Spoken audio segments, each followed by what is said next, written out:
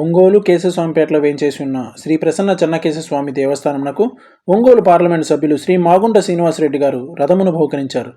సుమారు 70 సంవత్సరాల తర్వాత చెన్నకేశవస్వామి వారికి రథసప్తమి పర్వదినం సందర్భంగా రథోత్సవం మరియు సప్తవాహన సేవలు జరుగుతున్న సందర్భంగా శ్రీ మాగుంట శ్రీనివాసరెడ్డి గారి తనయుడు శ్రీ మాగుంట రాఘవరెడ్డి గారి చేతుల మీదుగా దేవస్థానమునకు రథమును సమర్పించారు. ఇందులో భాగంగా విశేష పూజలు నిర్వహించారు.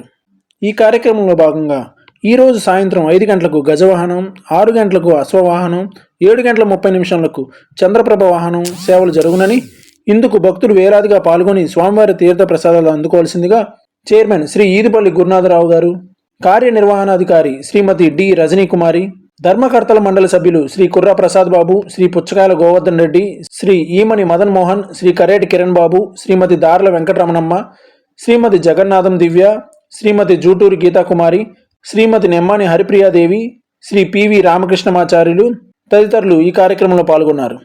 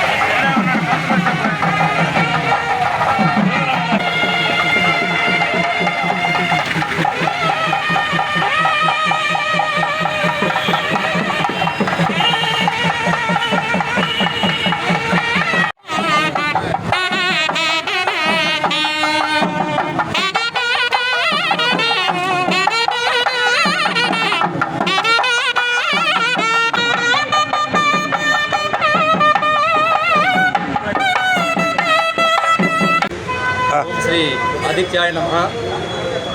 శ్రీ ప్రసన్న చెన్నకేశవ స్వామివారి దేవస్థానం మరియు శ్రీ కాశీ విశ్వేశ్వర స్వామివారి దేవస్థానంలో ఈ రోజున రథసప్తమి సందర్భంగా ఎంతో విశేషమైన కార్యక్రమాలు నిర్వహించడం జరిగింది.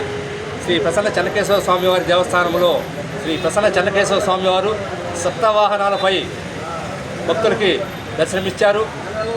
ఈ రోజున రథసప్తమి సందర్భంగా రథోత్సవం కూడా సాయంత్రం నిర్వహిస్తున్నాము. ఈ రథాన్ని మన ఒంగోలు పార్లమెంట్ సభ్యులు శ్రీ మాగుంట శ్రీనివాసరెడ్డి గారు, వారి కుమారులు రాఘవరెడ్డి గారు దేవాలయానికి సమర్పించడం జరిగింది. ఆ రథంపై శ్రీ ప్రసన్న చెన్నకేశవ స్వామివారి భక్తులందరూ కూడా దర్శనమిస్తూ ఎన్నో భోగభాగ్యాలు భక్తులకి కల్పించేటట్టుగా శాసనాలు అర్చక స్వాములు ఇవ్వడం జరుగుతుంది. రథం మీద ఉన్న స్వామివారిని దర్శించుకుంటే తెలుసో తెలియకో చేసిన పాపాలన్నీ కూడా నశించి పుణ్యం లభిస్తుందని చెప్పేసి పురాణాలు చెబుతున్నాయి. కాబట్టి భక్తులందరూ కూడా ఈ రథోత్సవంలోని శ్రీ ప్రసన్న చెన్నకేశవ స్వామివారిని దర్శించుకోవాల్సిందిగా కోరుతున్నాము.